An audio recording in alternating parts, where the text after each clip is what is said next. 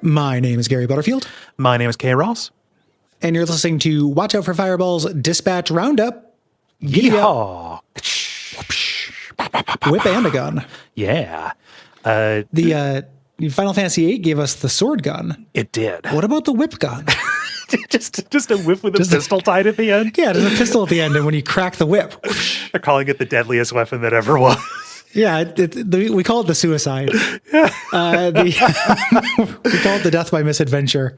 God. And you get a 50% chance of hitting your opponent. Yeah. I didn't think there was going to be anything more dangerous than sword chucks, but here we go. Yeah, it's a good idea. Nice little 25-year-old webcomic reference there. I feel good about that. Yeah, sword chucks. Yeah. We're here to do the overflow questions and topics and stuff from our dispatches. Uh-huh. And let's get started. We're going to clear out some of these topics here. We have Jan who says, "Hey guys, one philosophical position of yours that I strongly agree with is let's definitely go back in time and kill baby Hitler, and let's definitely try immortality. We're split on the immortality, but baby Hitler gotta go. Since we haven't tried it yet, it might just be good. Long-form discussion suggestion. Depiction of positive utopia in media. Which games and sci-fi/fantasy works come to mind that dare to depict a positive outcome to, for lack of a better umbrella term, transhumanist ideas? Thanks." That's a good question. I think that the poster boy for positive kind of examples of that is always Star Trek. Yeah. You know, things go pretty well in Star Trek. There's still drama, but the Federation is a post-scarcity utopia. And that goes a long way. Yeah. And they kind of get around that being a drama killer by having them interact with other cultures. Yes. You know, for whom are not that. And you can argue how, the lens of that if you want. And also just having other kinds of conflicts. It's part of why I love Next Generation so much, because it's so kind of boring. Yeah. There's a lot of this episode is about a scientist who came up with a new energy source. And that's it. There's not, anything more sinister than that in it. But it's rare, I think, because you need conflict. It's a thing I think of whenever anyone wants something that's why isn't there something positive about this? What we need is more techno-optimism. And it's I don't know. I don't know, man. I think it's an example of that. One, we're not in a very techno-optimist zone. No. The way that media reflects anxiety is that's not where we're at. And then also just you need conflict. Conflict is the soul of drama. Bad things happening to your characters is what makes them grow and change and shows you who they are. Yeah. And every setting is a utopia for somebody, right? So, I mean, you look at Deus Ex, Bob Page is walking around feeling pretty good. Right? He's feeling pretty good. He's living his best life, right? People in the Imperial Corps and Star Wars rather, seem to be doing pretty fine. If you're just kind of on the upper levels of Coruscant, right? So it's impossible for me to think of a depiction in games or otherwise of a utopia that is purely good for everybody, right? Yeah. In those situations, those people are the bad guys. Yes. Are shown as being shits, but it is true that somebody loses in a utopia, even if it's the people who don't want the utopia. Yeah. Don't spoil the end of those who walk away from Omelas. Things seem to be going pretty good. Yeah. So I don't know. It's hard to think of a good example of those. Star Trek, but in games, it doesn't happen very often, which I think is good. And I get mildly irritated at calls for it to happen more. Yeah. In real life, I really want let's try the thing because maybe it'll be sick. Yeah. In fiction though, you don't get a story that way. You know, you got to not do that for story. Yeah. And a game that concerns itself primarily with utopia, pathologic, right? Like, you know, everything, you know, about those factions, right? You know, what is it? The Canes or the Kines. Like, yeah, no, just we are trying to make a utopia. Here is this, you know, here is this magic. Like you're looking for outcomes in this incredibly bleak situation. But even that has to have the bleak. So I don't know. I think that there are pretty logical reasons why utopia is never done as a straight putt. Have you seen the tweet that was asking for Black Mirror alternative? Yeah. Oh God. That was for tech optimism. Uh-huh. Yeah. This wouldn't work. Yeah. Stories, source, fiction. Mm-hmm. Soulful Bison asks, what makes a good cutscene or dialogue interaction? While I love the dorky Bethesda-style dialogue interactions, Cyberpunk made conversations feel real. Maybe the actual dialogue leaves a little bit to be desired, but the animations and scenes immerse me completely. I can't quite put my finger on it, but the complexity of the dialogue interactions in Cyberpunk is special to me. Yeah. I don't know. What makes that good? That's an interesting. So this is. Sorry, I didn't mean to cut you off. No. You had a thought. I was gonna do my usual bullshit of trying to define terms. Oh, I'll cut you off then. This is in a big category of things that I feel like are important to people who aren't me because of when I started playing games. Mm-hmm. So I'm not well equipped to answer this question. Like if two characters just stand there and it just is like shot, counter, reverse shot, and it just kind of shows them talking, it doesn't bug me that much. Yeah. And when they innovate, you know, when a new engine comes out and people are conversing more naturally, I notice it. But since I'm used to just like reading text in old video games, this is not a value to me. Yeah. The thing that I think makes the majority of Cyberpunk's dialogue feel very good is that a lot of it happens when you're doing other stuff. Like you can select your options just kind of on the fly using the mouse wheel. Like the thing that makes the kind of dialogue that you're talking about, being fine, which is generally fine with me too. Like I don't even necessarily, good voice acting is additive and good, but also I don't necessarily need it. A thing that makes dialogue feel instantly bad to me is when it is two people standing and staring directly at each other, because, yes, eye contact is involved in conversations, but it is intermittent. People are doing and focusing on other things. And like the fact that in Cyberpunk and in a lot of games, you can, go about doing your other stuff, does lighten to the kind of the naturalism there, even before you get to like, oh, I can be an asshole during this. And something that makes Cyberpunk especially good about that is having little role-playing actions you can do in the middle of it. Like, specifically during the sitting sections, you can like eat or drink or whatever. Yeah. Yeah. The being an asshole during it thing to me always feels like the other edge of the sword for that. Like you can make me, I can have this conversation while doing something and then my character is just going to try to jump and get on top of a bookshelf. Yeah. Yeah. And that's also not very immersive. Mm-hmm. I think that just for very specific, Gary Acules, I have decided not to care about this that much. Yeah. Yeah. But I think that you and Soulful Bison are probably right in terms of what makes that work is being dynamic, and not entirely locked eye contact the entire time. Yeah. As for good cutscenes, I don't know. Like, don't waste my time is, I think, the primary rule. Yeah. Don't waste my time and don't be careful with setup. Yes. A lot of times, something that I think that even games where I think they have good cutscenes or do well, like Final Fantasy 12, one of the things I think is a problem with the cutscenes in that game that I kind of put together recently is that the cutscenes will start with an establishing shot. Like you'll go into one of the judge's chambers and it'll do a close up on the feet of the judge walking in or something like that. But the establishing shot is me walking into the room. I played the establishing shot. Yeah. You can just get directly to the action. You don't have to set up where I'm at because I went there as a player.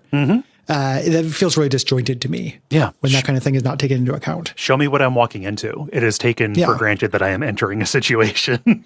Yeah, I walked. I did it. I literally more than in a movie. Like I moved the controller to do this. I know I walked in. Yeah. Yeah.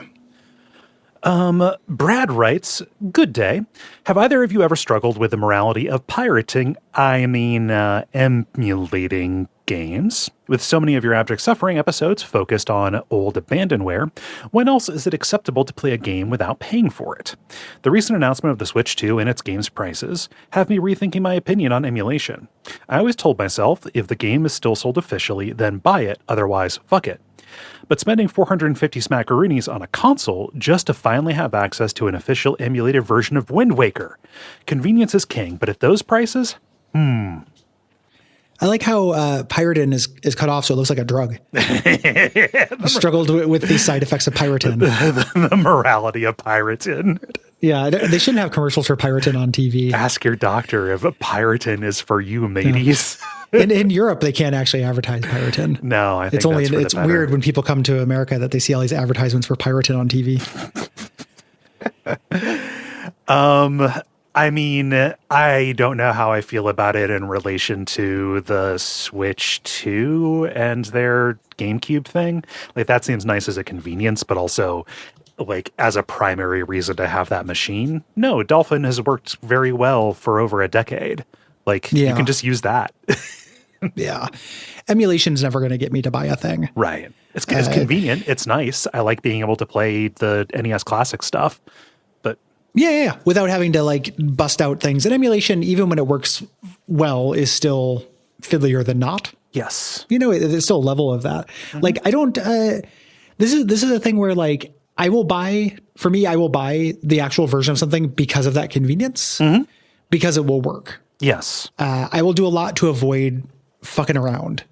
Like having to like crack a CD. Yeah. You know, like I'm old for that. I don't want to do that anymore. Yeah. And fucking around with like loading up BIOSes and shit in an emulator is annoying. Very. You only have to do it once, but I don't like it. But in terms of the morality of it, it's hard to feel like that's much of a thing with the Switch 2. With like abject suffering and stuff, we don't care because we're just going to play them for a half hour. Yeah. A lot of times if something's older than Super Nintendo, I just play it in an online browser emulator. I don't even download it. Yeah. As a thing. So like that I don't care about even a little bit because we're not really using it for that. No. The only time I think I would really care too much about piracy is if it was, again, like, you know, going to a game that just came out, you know, and just stealing it and then cracking it and doing that kind of thing. I think that's kind of sus. But if I'm being honest, the reason why I don't do it is because it's kind of a pain in the ass. Yeah, that's the thing. And I don't know. I've gotten alerts from my ISP. You know, Spectrum likes to send those out, and I don't like getting them. So, yeah, like, I've got my own personal lines for it. If it's new, I'd like, but also I have the money.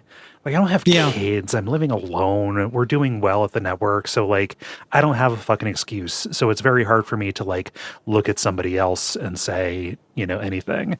I do feel like a little, I kind of cock my eyebrow a little bit at pirating something indie, but I don't know. It is hard for me to take offense if an indie developer doesn't care because they just want people to play it, right? Yeah. Yeah, it just kind of, it feels like none of my business. Yeah. Like part of it is just like the journey towards where I'm at politically, but like stealing has kind of become none of my business. Yeah. You know, and obviously that applies most morally defensively in terms of like shoplifting and stuff. Yeah. Yeah. But even something like this, like it's hard for me to care that much about it as a thing. And then, you know, you could say like, oh, what if somebody stole from you? And it's like, yeah, that would suck. Yeah. Wouldn't feel good about that. You're right. Got me. You're one dipshit who kept on getting mad at you for having a quest glitch in Elden Ring. Kept on saying like, I've taken this and distributed it, this paid episode. And it's like, yeah, people find ways to get them all the time, dude. Like, and who gives a shit? Yeah. Like it's already out there. It's not an object. Yeah. You know, it's a copy of a file. It's like ones and zeros. Somebody else listened to it who wasn't going to give us money anyway. Yeah. Yeah. You know, the actual practical harm is something I get wrapped up on a lot. Jeremy, we were talking about that, is running into a lot of problems with Spotify using licensed music. Okay. And things are, you know, getting a lot of tags about that, and that's becoming more of a thing. And it's so fucking stupid. Yeah. Like this idea, like I would buy the Hannibal soundtrack, but instead I'm going to listen to this clip from this podcast. Yep. Like it's victimless crime. Like it doesn't do anything. Yeah. And it's also why Spotify will never be the primary platform for any fucking thing we do. Same thing with YouTube. Yeah. Yep. It's pathetic and gross. RSS feeds, baby. Yeah. Michelle asks, a Duckfeed phrase I've taken to using when thinking about games is, this is the sign of a good or bad DM. And I've been thinking about it a lot while playing through Act 3 of Baldur's Gate 3. The folks at Larian are exceptional DMs with great encounter design, incredible dungeoneering, and a terrific grasp of pacing. I'm not sure if there's enough for a topic for this question, but what makes a good DM in games? What games have good DMs, and what games, Dark Souls 3, are scuttled by bad or unconfident DMs? Yeah, what do you mean when we talk about dungeon mastering? I think in a game, I will say, oh, this is a good DM if it feels like it is saying yes to me and accounting for those outcomes. Yeah. We generally, when we say good DM, we mean a permissive Yes. DM. Like we mean like the right amount of guidance. Mm-hmm.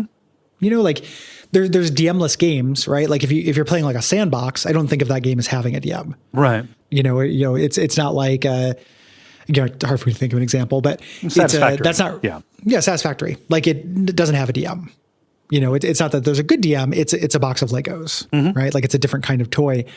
If I'm being told a story because and who knows if this is because of tabletop. Let me backtrack. When we use DM, good DM, we kind of use it for two different things. We're using it for permissiveness, but then something that I used it for, I remember when we talked about Dead Space and talk about confidence, there's a little bit of that's just good storytelling. Yes. To it. If it feels like I'm having keys jangled at me constantly, that's also a function of bad DMing. Yeah. I just, you're not leaving me alone. So part of it is just good writing. And then kind of paired with permissiveness. Yeah. And also, I mean, like, is it using the medium of game very well? Like, a bad DM will just kind of railroad you, to my mind, right? Yes. Having not really done a lot of tabletop, a good DM will even take like a pretty well-authored, adventure module and still like give you room within it, right? Yeah. And does it take advantage of interactivity in a particularly good way? Yeah. Take advantage of interactivity and then generally good kind of pacing and storytelling. Yeah. And then bad examples of bad DMs. The thing that I noticed the most is things I'm not trying to pick on Dead Space. I generally like Dead Space, but things where I am constantly being pulled into stuff. Yeah. Like Resident Evil 6, bad fucking DM. Oh, a terrible DM. One of the worst DMs. Just constantly being pulled into set piece after set piece, hurried along to the next thing in a way that is meant to seem breathlessly and actiony, but is a 23-hour game. You can't keep up that pace at that. It's exhausting and irritating. On top of not what I play Resident Evil for. Yes. Really. Yeah. Videogames.Afghanistan says, hey, how much information should be hidden from players? You had a recent episode where you mentioned you didn't like the Friends checklist stuff. Sorry for the game. Sorry, I forget the game. But it made me think of the suicide mission stuff in Mass Effect 2, where you did things, but there was no stat or variable to track to see what was going to happen, or the infamous experience system in the original Kid Icarus. GameFAQs has an explanation, and it's wild. So, black box secret variables, or let people know what's happening so they don't waste time. Depends on the game and the goals, which is a cop-out answer, but it's true. Yes. Yeah. Like something like Into the Breach, not hiding information is a coup. Slay the Spire, not hiding information is a coup. Yeah. Incredible. Balatro, hiding the calculation, also incredibly important to the game design. Yes. Talk to people who have been like, I actually do the calculations and figure them out. And I'm like, you're not supposed to. Like, it's okay that there's no wrong way to play, but like, I don't think that's what you're intended to do. Yeah. If you don't have the genotype to find the fun in kind of guesstimating it, that's okay. But that's, I think, what it's aiming at. Yeah. I mean, I pretty much agree with yours. I think that, like, on the whole, I tend to prefer showing information rather than not, even if it is obfuscated or difficult to get to. Yeah. I mean, I think I would probably, if I had to choose. Yeah. But that's also like, I can control what I pay attention to. I'm saying that derogatorily because I tried to adapt it from, I control what buttons I press. I understand a lot of people just like, they see it and they get overwhelmed. I'm less inclined to that. So I'm just like, yeah, no, fucking show it to me. Like, if it's useful or relevant, then I want to make decisions based off of that because that's what I'm here to do. I think that it is probably a less risky situation to give the information. Yeah. Like you're less likely to run into a landmine. Something that I notice sometimes in games, if something is hidden and there's no good reason for it. Playing Split Fiction with Derek, and like you have a life meter in that game, but you don't get to see it.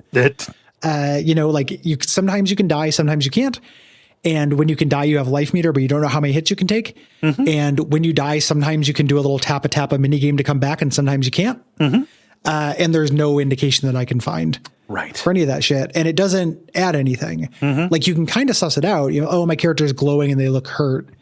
But I'm not more immersed or anything. I'm not feeling better because that isn't just a percentage number of my health, which would be better.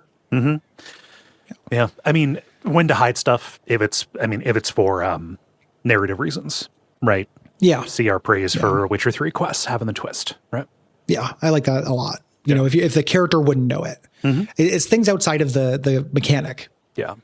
Like you're sitting down to play the game, you have an agreement to get the mechanics kind of shown to you in most cases. And narrative though can have bends and twists and stuff because that's what drama is. It either is okay as long as you're being really intentional about what you're doing. Yes. Care writes, oh wait, this is you. This is me. Probably requires a longer answer, so more of a topic suggestion. We'll tell you how long our answer is going to be. But you covered a lot of party-based RPGs and are doing one with a lot of depth in Real Itch Hours.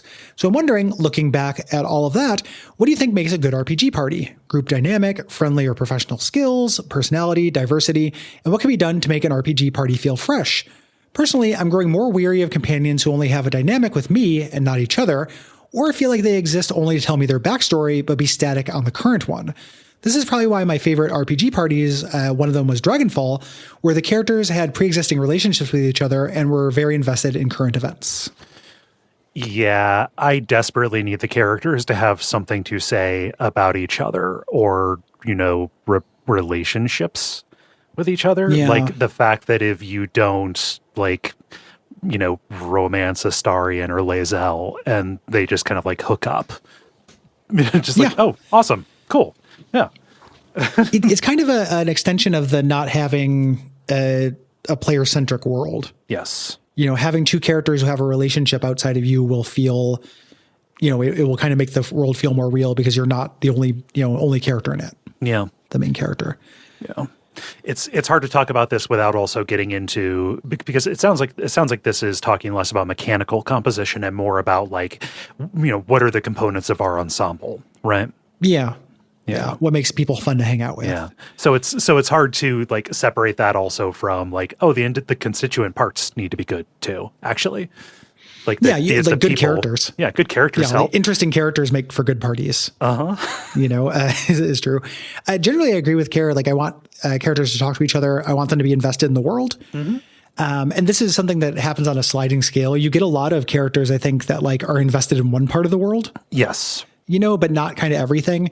And I understand you can't have three-dimensional characters or have characters with as much depth as the main character a lot of the time. But I think kind of growing and evolving would be cool. Yeah. And that's a function, I think, a lot of times of smaller parties. Yeah. You can do that in Baldur's Gate 3 because you have 4 people. Yes. Totally, you have more people than that, but they just kind of have camp comments on what's going on. But in terms of them talking to each other, you can do that with 4. Yeah. It's a dynamic. I'm playing through Divinity Original Sin 2 now, and it's worse at that. Oh, God, yeah. Those characters don't talk to each other at all. They do not give a shit about each other. They just talk to you. Yeah. And you can feel it. It's something they worked on and improved in terms of making them feel more real. Yeah. And I don't know. It's a worthwhile thing for a game to try and model. It's one of the great joys of life, getting to know a bunch of people and all of you kind of finding your place in the way that you belong in the way that you relate to each other. Yeah. Dynamics are super important. Dragonfall is a real goat for all of that as well. I need to play that again. It's so fucking good, really Gary. Good. someday maybe we'll do a Shadowrun trilogy Real Lich Hours season. It'll be fun. And there's so much fucking to talk about in Shadowrun. Like, and we've never done Returns. We have not. Dead Man Switch, which is not, it's like a solid B-, non-derogatory. Yeah. It is the worst of the three, but it's still kind of fun. Yeah. Yeah. Let's see here. The last of our topic suggestions, we have Drew, who says, we've sailed so far past the point of diminishing returns on graphics that we spent the last 10 years committing labor crimes to render Arthur Morgan's Tain hairs 5% more realistically. My question is, at what point do you think sheer fidelity quits mattering? IMO, the late PS3/early PS4 era, is when we solved video game graphics forever, or at least hit the point where I quit feeling genuine tech limitations and started feeling scope overreach. What do y'all think? I'm with you. Basically, I can't remember the last time I was really blown away by graphics in terms of fidelity. There have been a couple of recent games that have come out where I feel like people have talked about that. It came up with Wukong, and it came up with Ghost of Tsushima. Yes. Tsushima, right? I think so. Came up with that. People who are just very blown away by how pretty it looks. And I haven't felt that in a very long time. Yeah. So I know that there are still kind of people who are holding on, but I'm generally with you. Like, I don't get that anymore. Yeah. Like I can notice it and appreciate the level of difficulty and resource that goes into accomplishing that. But that is very different from being impressed or appreciating it. I will play, a game that was released sometime between 2007 and 2014 and think there's no reason for games to look better than this. No, this still looks pretty good. Yeah, there's no reason for a game to have higher fidelity than the PS3 Demon Souls. Or like BioShock. Yeah. BioShock looks great. It does. And it's also a thing where you get into seeing that art direction is really the only be all to any of this shit. Design and art direction are the only things that actually matter. Like, I can look at a screenshot from, Horizon Forbidden West and feel nothing, and then see a interestingly designed fucked up little dude in Rygar and be overjoyed. Yeah, no. That stuff matters to me way more than fidelity. Fidelity is outs. Yeah. And this is even putting aside, and we shouldn't put aside, but putting aside the labor crimes and shit of it. Yeah. Just in terms of diminishing returns, it's fucking crazy. It is not worth that time and effort. That's so much fucking money that is going into something that barely moves a needle. Yeah. And it's kind of in line with my, what I say is about just keep the next phone as powerful as this one, but just use the improvements in battery tech or efficiency, and just give me a phone battery that lasts 5 days. Right? Yeah. Something like that. Just reach a certain performance standard and stop ratcheting up the other thing to where performance suffers, and then you have to and then you have to have a catch up again, because technical graphics kind of stuff ends up working up toward that advances ahead, and then art design kind of catches up to it, and then the technical capacity just kind of keeps on going. But what if the technical capacity just kind of stay where it was, it optimized, and we just used that and put space. Those resources. Yeah, put those resources. Elsewhere. Yeah. And there's also, it's beyond diminishing returns, you get into the yellow paint discourse, things that we noticed as far back as, the early PS4 generation with, Arkham Knight, just there's too much shit. There's too much clutter. Yeah. Too much shit on me because you can do it. Yeah. And big thing with the, we both like the Demon Souls remake, but that's a big thing with that as well. Yeah. It lost something for sure. Mm-hmm. It doesn't have the kind of stark atmosphere that came from that. It just, and I think we sometimes, we have been criticized before, and I think, pretty fairly, for talking about, game design stuff as a zero sum game. They didn't do this.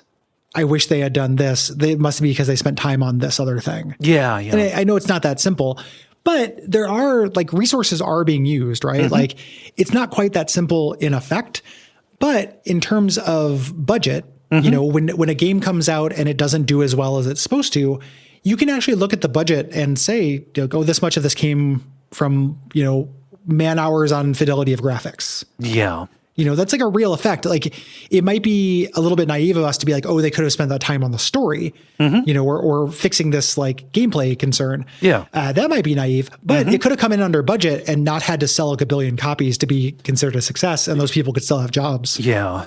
Or, like budget and then also like timeline, right? Which are related, but not exactly the same thing. Yeah. The criticism, like, I think that when we talk about that or, slip into that, that annoys me too. When people are like, oh, they spent all this time on a multiplayer and they didn't. And it's like, well, no, like, talent and effort are not fungible directly, but yes. You can approximate that with good management and with good priorities set either from above or by the team. And the fact is, priorities are put on fidelity, and that has blown timelines out. And that has made games, require, 6 or 7 studios, in addition to all these outsourcing, kind of operations just to, satisfy, to my mind, some of the whiniest people on the internet who complain about babies. Puddles in Spider-Man. Yeah. Yeah. The puddle babies. Yeah. Sucks. I don't know how to see the world with their eyes. Yeah. I don't know how to play a game and can be that concerned about the puddles. Yes. Can't know how to hear no more about no puddles. No, I'm too busy swinging over them very quickly is the thing. Yeah. Who's doing that? Yeah. It's a different brainotype. So, and for those people who really need that fidelity and who will not stop until we get realistic graphics, like at the very least you get to, the industry seems to be following you. Yeah. So you get to, it's a bank error in your favor. You get to watch with bated breath as we slowly eventually perfectly render a puddle. It's like, and as we're sitting there helpless to stop it, we're just watching. Yeah. We're trying to stop the puddle. We can't stop the puddle. Yeah. You fucking won. It's the biblical flood. Yeah. Yeah. Is this me or you? This is, you. Moving on to media questions. Yeah, we're doing these in a weird order. I like it. Mr. Mundus says, I have never really been a music person, but I recently discovered File Underwater, your podcast about REM. I've always liked what I heard from the band, so I decided to listen through their discography in tandem with your podcast, and it's been wonderful. I listened to each album a couple of times, soaking it in before moving on to your episode about it, which has helped me sort through all the songs and my feelings about them. Thank you so much for helping me explore this incredible band. Once I'm done, I'd like to do another deep dive into another band with a lengthy discography. Do either of you have any recommendations for somebody who's new to actually listening to music and really, really loves REM? I think that at one point in the spreadsheet here, Gwen had a little note on this saying someone desperately asking us to recommend the Mountain Goats. Yeah. I don't think it was on this one. It was somebody kept asking us to talk about the Mountain Goats. No, this is the one very specifically. Was it? Yeah. Okay. Yeah. Mountain Goat's good as a good example of that. I have a long discography and it's not entirely outside the realm of REM. Have also been through a bunch of different kind of phases too. And like what kind of musical outfit they were, different kind of production style eras, different fixations on theme and subject matter kind of stuff. It's real deep. It's a lot. They're a lot more concrete than REM are in terms of lyrical content. Yeah. A lot of the songs are direct stories. Yeah. I think that there's a little bit more fiction writer in John Darnielle than there is in Michael Stipe. Yes. In terms of getting, it's going to be, your mileage is going to vary depending on whether that's something you like or dislike, in comparison to an REM. Yeah. Like, in terms of other bands that have discographies like that would hit that itch, like, controversy acknowledged, The Smiths. Yep. Scratch that itch pretty well for me, and sound kind of similar, like another jangle pop band. Yeah. I don't know. It's hard for me to think because even other bands that I really, really enjoy, their output is not variable enough over time to feel like you are kind of going on a huge journey with them, even before you get to like consistency problems, right? Yeah. And not that REM doesn't have consistency problems. Oh, no. Yeah. Bowie goes on a big journey, but Bowie's real different. Yes. Like that's much more like peacocking and stuff. But I think it gets a little bit of the lyrical abstraction that REM does. Like it's really rare that Bowie's just telling a story. Yeah. If you want the kind of poetry angle of it, I think Bowie does a good job with that. Yeah. Moving on here, it's in a strange order because I have it sorted by oldest to newest. See how they're labeled with the month that they came in, so things don't languish. Yeah, I do. yeah. So we have Bo with a media question here. Hey, y'all. I have a lot of trouble mustering the will to go back and revisit things, movies, books, games, TV. Once I finish them, I'm eager to get on to the next art experience. Even the works which have totally colored my tastes and expectations, things which I consider weakly in my mind, are less exciting than some unknown. Many of your shows are as informed as they are because you've given yourself the chance to work over a text multiple times, and almost always you seem to gain new appreciation from the second encounter. How do you find the desire to return to something in favor of the new? Return to something instead of, I guess. Yeah. For me, this just comes naturally. Yes. This isn't something I have to force or anything like that. Like, I like novelty. Okay. And I get excited about new things, but I'm not super driven by it. Yeah.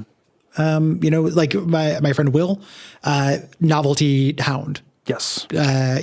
Always wants something new, gets, has this feeling, really wants to move on to a new thing, wants to be surprised. Yeah.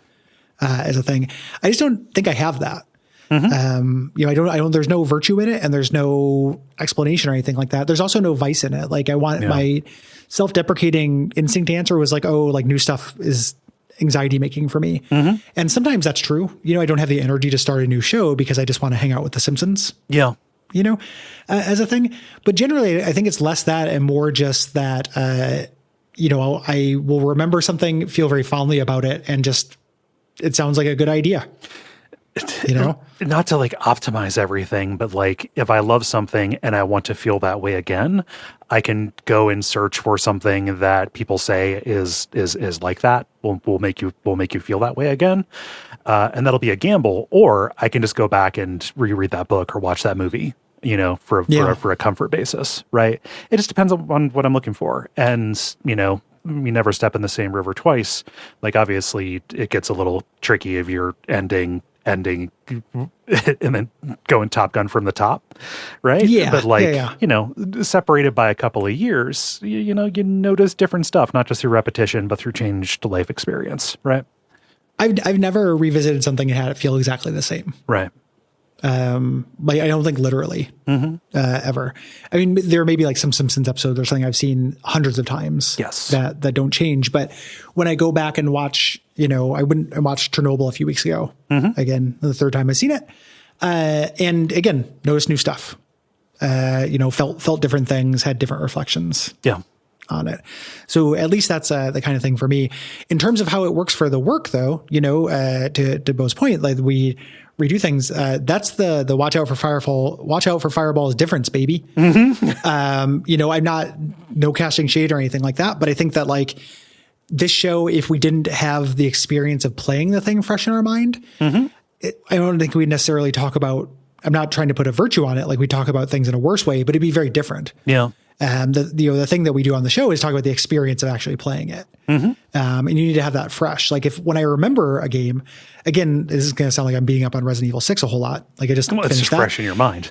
Yeah. Fresh in my mind. And it's also, it's the second worst REM or Resident Evil game probably of the main line.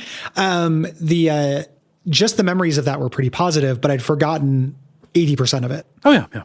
I'd forgotten huge swaths of that game. So it's going back to it, I'm getting a more real picture of it. And that's what we strive to present on the show. Yeah. And I don't know, sometimes knowing what's going to come, even if it's just based on a memory from a long time ago, helps you order your thoughts on it better. Right. Yeah. Yeah. Yeah. I like disclosure of stuff. I like knowing what I'm getting into. There are exceptions to that, of course. Yeah. Ty says, how do you feel about adaptation going forward? After watching the new Fallout show, late to the party I know, it makes me feel optimistic about the future of video game adaptation. I thought it was respectful of its source, but didn't taint the original stories. Agreed with that. We both like the Fallout show a lot. It's hard to figure out a way to fit into adaptation decay without making like a 6-hour episode. Yeah. We want to at some point though. It was good. It was really good. I thought. Yeah. Gives me hope. I hope that everybody learns the right lesson from it, honestly. Yeah. With production taking as long as it does, it's hard to say what lessons will come from it. Mm-hmm. You know, people really like the Last of Us show. I have not watched it. That's fine. You know, yeah, people love it. Apparently it's supposed to be good. I believe them. Yep. Is that it's hard for me to say like this is, you know, adaptation is going to change generally because of Fallout. Yeah. Just because of how long, you know, the licensing deals and how long these things take to make. Yes. I think that generally the quality has gotten better. It would be impossible to argue that there are not more good versions of this coming out more frequently. And the floor has gotten less interesting, but probably higher. Yeah. You know, the easy example is comparing the two Mario Brothers movies. Yes. Right. Like I love the 1993 Mario Brothers movie. I like it more than the new one. Mm-hmm. It's worse. Yeah. Like the new one's really inoffensive. I think it's a fine kids movie. Mm-hmm. The old one is fucking bonkers though. We lost that, but I don't think we've lost. I think that most people, and this is borne out by box office stuff, would think the new one's better. Yeah. And there's a lot of like more recent slop that we haven't watched. People will take exception to calling either of these slop, but that Netflix Resident Evil series. Yeah. And the Twisted Metal series, like those I understand are baffling products in their own right. And so, yeah, we're not getting the full gamut because I think a lot of the ones that we have chosen to cover, especially the more recent ones, are the ones that we had a desire to see anyway. I mean, and the other common thing is they're TV shows. Yes. Like doing a season of a TV show is difficult for that show. Yeah. You know, not impossible, but just kind of tricky. Mm-hmm. Especially when there's Cyromanias and stuff to do. Like we're having fun fucking with the format. Yes. You know, like it is hard to imagine like the disappointment, you know, Christmas morning disappointment of being like, oh, Gary, you know, you're going to wake up and watch Cyromania 94, but like, oh, actually you have to watch all 6 episodes of Twisted Metal. Like, that just sounds sad. It does. Like that's got bummer feelings to me. Mm-hmm. Big time. Yeah. Sam says, boys, I'm going to keep it simple. What are top 5? What are your top 5 REM songs and top 3 REM albums? It's not that simple. Oh God, it's so not simple. You get these questions that are like lightning round in length, and then no, this is like we did a whole podcast about this. We just had to. It could be simple if I spent time thinking about it, but like I have to go down and like get out a pen and paper. Mm-hmm. I do still have the list of the like 20 favorite REM songs from our top. Just when we ranked at the end of File Underwater. Mm-hmm. Like, do you want to hear like what like the top 10 that we have are? Let's do the top 3. Yeah, like Sam said. Yeah, let's do the top 5. I didn't see that was top 5. Top 5. I have These Days, Carnival of Sorts, Half a World Away, Man on the Moon, and Begin the Begin. Oh yeah, great songs. All good. Yeah. I got no problem with those. Mm-hmm. Albums like I love Reckoning. Reckoning's really special to me. Fables of the Reconstruction's really special to me. Yeah, it's hard to decide if I want to throw Fables in there because I really really like it a lot. Fables is really good. Yeah. Automatic for the People, kind of unassailable, I think. It's really unassailable, but Automatic for the People also has downers. Yeah, which is other 2 records to me it doesn't. Ignorelands, yeah. Yeah, you have your Ignoreland, and I don't ever need to hear Everybody Hurts again. Yeah. Like, that's not a bad song, but I don't need to hear it ever again. Mm-hmm. Yeah, so I think that, like, this is kind of plays into Bo's question as well a little bit. Like, when you don't have something immediately fresh, it's very easy to elide the down parts. Yes. You know, if I just think of the highs of Automatic's really up there. But it's hard for me to think of an album that I don't love if I don't just think of the highs. Yeah, that's the thing. You know? Yeah. New Adventures like Green fucking slaps. If I'm just thinking about my favorite parts of Green. Yeah, if I'm thinking of Pop Song 89, then yeah, fucking Green. Yeah, and Green is still good. I'm not complaining about Green, but like listening to it, it's a weirder experience cohesively. Like I listened to that recently, and it's got this kind of like mid-tempo middle section that is kind of weird. Yeah. You know, pacing wise. Yeah. So like pulling from like what I consider broadly like the three different eras, I would say 3 albums would be Reckoning, New Adventures in Hi-Fi, and Collapse Into Now. Yeah. If it's hard to think of Collapse Into Now as an era for me. I mean Collapse Into Now being like of the post Bill Berry kind of of up and forward. Yeah. Yeah. I might like Up more than I like Claps in a Now, but I like Claps in a Now a lot. Yeah. And those would probably be the ones I would choose as well. If we did the middle era as well, or considered the post IRS, Yeah. that kind of thing. The Out of Time is great. Out of Time fucking rules. It's got embarrassing numbers on it, but Out of Time is really good. Great band. Yeah. We haven't even talked about Around the Sun yet. We haven't, no. Fucking Electron Blue. Aftermath? Oh, come on. The Outsiders? Aftermath. The Outsiders? Fucking A. Don't even get me started on the Outsiders featuring Q-Tip. Leaving New York is good. I like Leaving New York. Leaving New York's a great song. I think Aftermath's kind of a good song. That's it though. Yeah. The Leaving New York's a really good song. Yeah. That's the REM trick of having one song that sounds like REM even on their worst fucking records. Yeah. Oh man. What does Clever Clog say? Clever Clogs says, easier question. Have either of you seen Nora? What a wonderful movie. It's the type of movie Duckfeed could really never satisfy covering, no matter how you stretch it.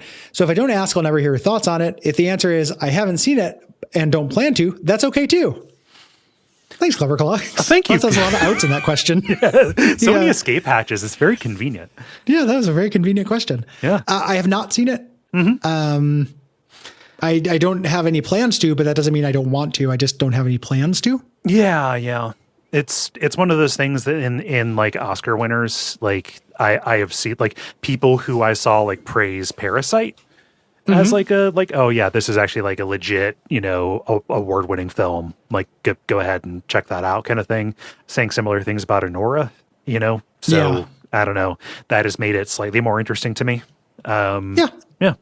It just, I don't know. It's kind of when you pass, if you're not making an effort to watch the big movies when they come out, it's really easy for the ship to just kind of sail. Yes. I find. Yeah. It's hard for me to think of the context in which I'm just going to wake up and be like, let's watch Nora. and then, just throw on Nora. Yeah. I want to see it because it's meant to be good, but like, I really want to see Sinners.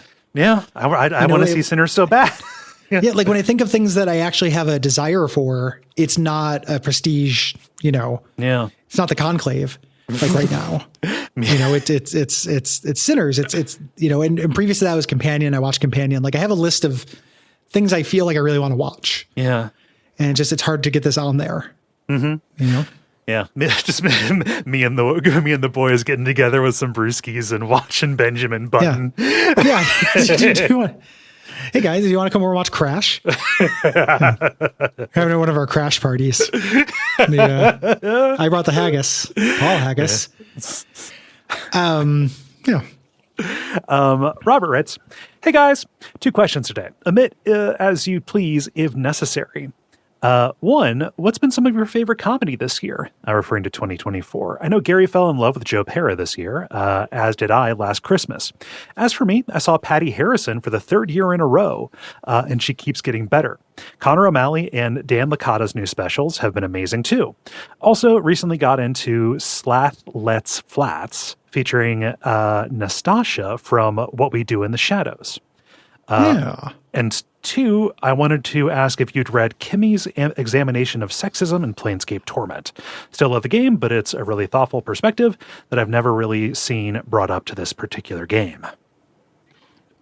Second question first. I have not read that. Interested. Interested. That's a good idea. It's not a game without sin. Yep. With that stuff, it came out in 1999. 26-year-old game, it's going to have some sexism in there as a thing, but I'd be interested in reading about it. Yeah. What has been some of your favorite comedy? As far as comedy, it's impossible to fuck with stand-up solutions. Yeah. The Connor O'Malley one. Yeah. Robert mentioned it, but it is fucking incredible. Yeah. I need to watch Rap World. That's really up there in terms of like, hey guys, do you want to come over and watch Rap World? Like I got a DVD of Nora and a DVD of Rap World. In terms of other comedy stuff, I've seen, it's been a largely still a Connor O'Malley, Joe Pera ecosystem thing for me. I watched both of Joe Pera's or his special that's on YouTube, and I went and saw him live, and that was really great. and then catching up on Conor O'Malley clips. Yeah. Like bits that he had done from the past. Yeah. Kind of the same. On Gary's recommendation, I watched Joe Pera Talks to You. It's really good. Super heartwarming. Yeah. Great show. Yeah. Also funny. that man. Like, you can talk about the wholesomeness or whatever, but like, there's really funny stuff in it. But So, that's the fucking trick, right? Yeah. Like whenever anybody wants something wholesome, it's like you can do wholesome plus. Wholesome doesn't have to be the be all end all. yeah. Yeah. You know, it can also be like side splittingly funny.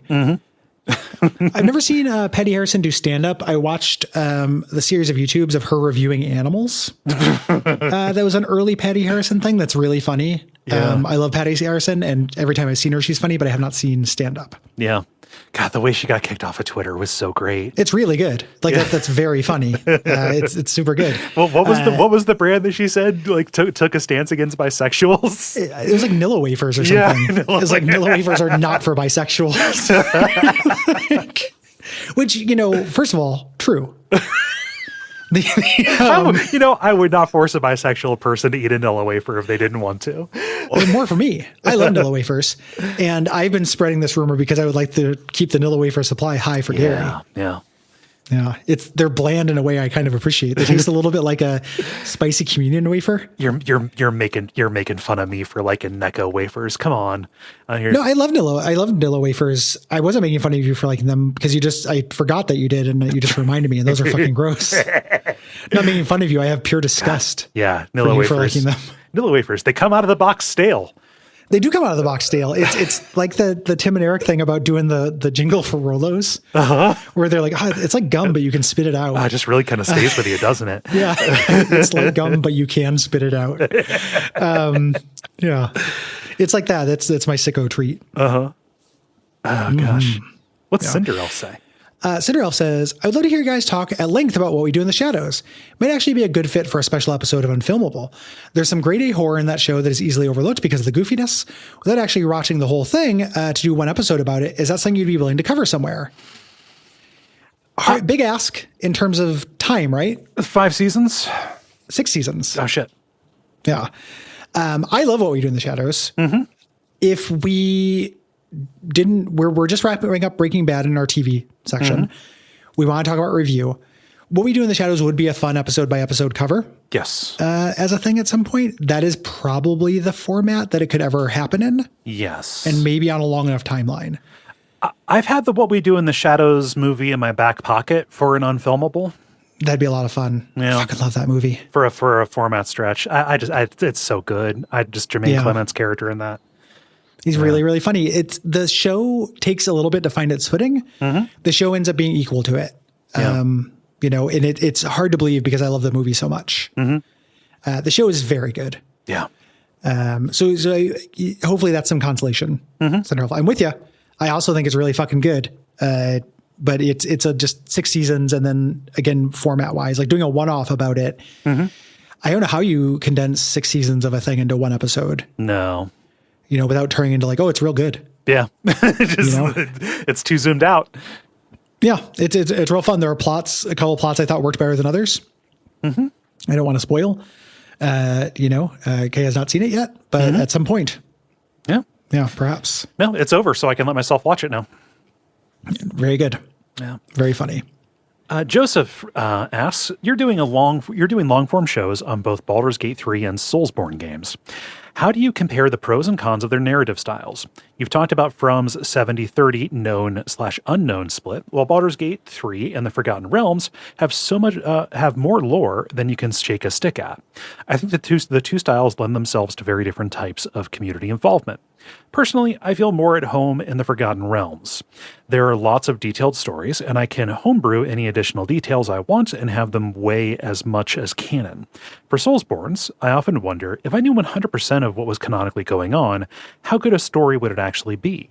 And it doesn't feel like I'm as encouraged to author my own tales in Miyazaki's worlds, but rather to observe and make connections. Yeah, that's a good point. I think generally, like they couldn't be further apart. Yeah. I think it's why we cover them differently. Yeah, I think that you put a nail on it. Forgotten Realms, as defined as it is expandable because there's no such thing as like a canon, really, where the rubber meets the road for, your game's purposes. It's, you pick a part of the world and then run, right? Yeah. And there is an answer to stuff in Forgotten Realms. You can come up with the headcanon and expand it if you want. But if you want to know the answer to something, there is something. Yeah. This idea of wondering if you knew 100% what was going on in a FromSoft game, if it would actually be good. I think not to be like little question imp who gerrymanders the question, but I think that the actual answer to that might be there isn't 100% what's going on between revisions and stuff like that. I think that we talk about this a lot on Bonfireside Chat. The idea of this being a solvable equation, I think, is probably misguided. Yeah. There might not be an answer for that. Like, I think that FromSoft might, make a thing and then draft over it, incorporate cut concepts and repurpose concepts enough until it's interesting and evocative, and then ship it at that point without having there be an answer, to allow you to have the fun of the search. Yes. But search is a different muscle than creation. It depends on what you value. Yeah. Yeah. I like both. But there are different things. Like, I get a lot of joy in real itch hours of like looking up details about a god I hadn't thought about. Yes. And learned about, and having all of the information there, like many novels to pull from. I like. The same way that I enjoy trying to figure shit out in FromSoft games. Yeah. And I mean, it's impossible not to also say, like, Forgotten Realms, especially Baldur's Gate, much more character focused than Souls, FromSoft kind of stuff. Which isn't to say that there's no, like, I don't know, armchair pop psychology you can do on different people in those FromSoft's worlds. We do it all the time, but like for me, analyzing the characters and their motivations and stuff in Baldur's Gate or related things is fun in its own particular way. So yeah. And just doing a story that takes place both in the past and has a current story to it. Yeah. As opposed to the kind of archaeology angle. Yes. A lot of FromSoft stuff is figuring out what happened, not what is happening. Yeah. Those also feel very differently. So yeah, just different approaches. Yeah. But I understand preferring one over the other as well. Yeah. Where are we at on time? We are at 57 minutes and 30 seconds now. All right. Well, let's get a couple more in and then call it. Yeah. Naveen says, what, in your opinion, makes a good video game vehicle? Does that criteria change when playing a driving-focused game versus one where vehicles are in support of other game loops? Oh, of course. Yeah. Yeah. If it's a driving-focused game, it's probably going to be a car. Probably. Or a cart. Yeah. Yeah. This is hard for me because, like, I know it when I feel it, and I've not put a lot of thought into what makes, I don't know, the motorcycles in Grand Theft Auto 5 feel so much better than, I don't know, the Mako in Mass Effect. I just know it, right? Well, a lot of them are just things that you would apply to any kind of video game. Yeah. Like responsive controls. Like tight handling, the weird cliches that are still things. Yeah. That are true. Like the Mako is not responsive. It has no weight. Doesn't feel like it's a real object that exists on the world.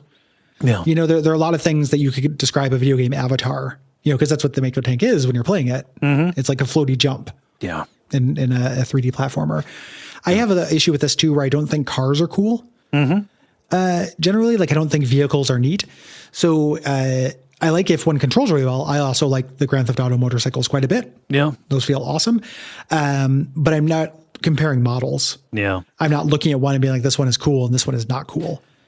I mean, so much as the importance of, am I doing cool shit with it? Right. Like, or is this a chore every time I'm in it? Because it's, it sucks. It's not integrated with the world.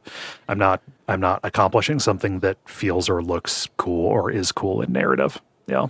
And how much focus being put on it. Like in a general sense, if something is a driving game or driving is going to be a big part of it, there's more effort put into that feeling good. Again, just whipping boy right now, Resident Evil 6 driving sections. I have no fucking clue why. They're really weird. They're not the end of the world, but they're not good. Yeah. They don't feel like cool vehicles. Yeah. So Yeah.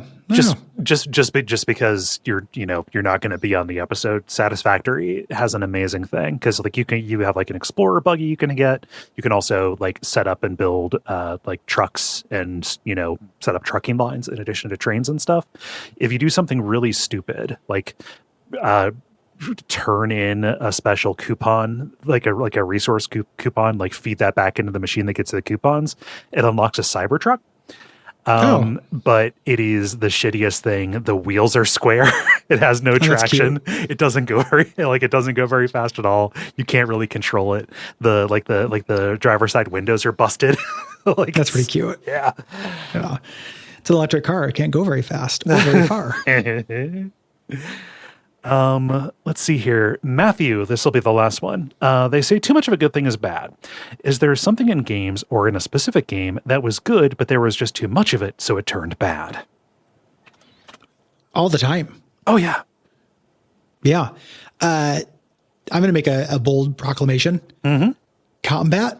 Yep. Generally. Mm-hmm. Like in almost every video game, I think there is more combat than I want there to be. Yeah. You're not asking for Tender Frog Mansion. Not even a little bit. Like I just want to have a varied, if something is going to emulate, it's a non-arcade experience. It's emulating a story, be that a movie or a novel or something like that. People in action movies do things other than fight. Yeah. And it is really hard for me to think of very many combat engines that are good for the sustained length of the time that the game is. No. Games are too fucking long. They oftentimes are asking something to go beyond its breaking point of like freshness. Mm-hmm. Yeah. Depends on the focus of the game too, right? Because it is hard to evaluate Into the Breach or Darkest Dungeon on how much combat there is. Yeah. Yeah. I mean, it's Darkest Dungeon significantly easier, right? Because of the management layer. Into the Breach is pretty difficult, but Into the Breach is also a game that it's hour-long runs. Yeah. It's built into the game. I think about even things that I really like the combat in, it's very rare that it lasts the entire bit. Mm-hmm. Yeah. The last game I loved the combat at the end of. Yeah. It's maybe Baldur's Gate 3, but even then, those last few encounters are not my favorite encounters in the game. No. Yeah, it's hard to say. As regard combats, I'll take something from earlier in the episode, cutscene. I like a good cutscene. I like, cool stuff can happen. Dialogue can be good, excellent, good dialogue. Love to see it, right? Mm-hmm. If it is always there and constantly in the way, it kind of doesn't matter how good it is, unless it is the point of the thing. And even then, sometimes it gets under your skin because game's too long. But yeah, I don't know. If it's just all too many cutscenes that are well put together or whatever, it's eventually just let me play the game. Let me play the game is a big one. Yeah. As a thing, just fucking stop this. That is a huge thing. Yeah. As things I don't really like. It's again, Resident Evil 6 recency bias. I like Resident Evil 6 cutscene or Resident Evil cutscenes more than most video game cutscenes. Mm-hmm. Cause they're campy and dumb and you get to see cool shit. Yeah. That game, cutscenes once you nut and keeps going. It's a nonstop cutscene factory. The end of Chris and Pierce's fucking dying at the end of all of them. Yeah. Every boss comes back 10 times. Fucking Simmons. It's so exhausting. The idea that oh man, you thought you took care of him, but he's back. And then they just took that button and went fucking pounded it. It happened so many times. Yeah. It's incredible. It's just how did they do that? Why did they do that? Weird fucking move. There's another thing. That's something that I generally like. The Resident Evil, he's mutated further. Now we have to fight a weird horse thing. It's going to try to stop the vehicle we're trying to get away on. I like that usually. It happening multiple times in 3 different campaigns. Yeah. Poison. Too much. Yeah. Basically, most things in moderation. There's very few things on a long campaign length game that I want to have just go. Yeah. I think when I think about games where I didn't get sick of things like that, they have shorter loops. Mm-hmm. I didn't get sick of things in Balatro. I didn't get sick of Into the Breach. Yeah. Because they're short loops. Mm-hmm. Kind of refreshes itself. Yeah. Yeah. yeah, that's going to be it. Think so. Thanks so much, everybody. Thanks for understanding that these ran into the overflow, but we are blessed with having too many people asking cool stuff. Yeah, we're always going to have overflow. Yeah. With any luck.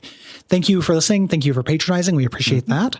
Yeah. You don't have to do anything else. You've already done it. No. Just know you're appreciated. If you want to leave us a rating or review anywhere or tell your friends, you can. And what is not optional is thanking our producer, Gwen. You must do it.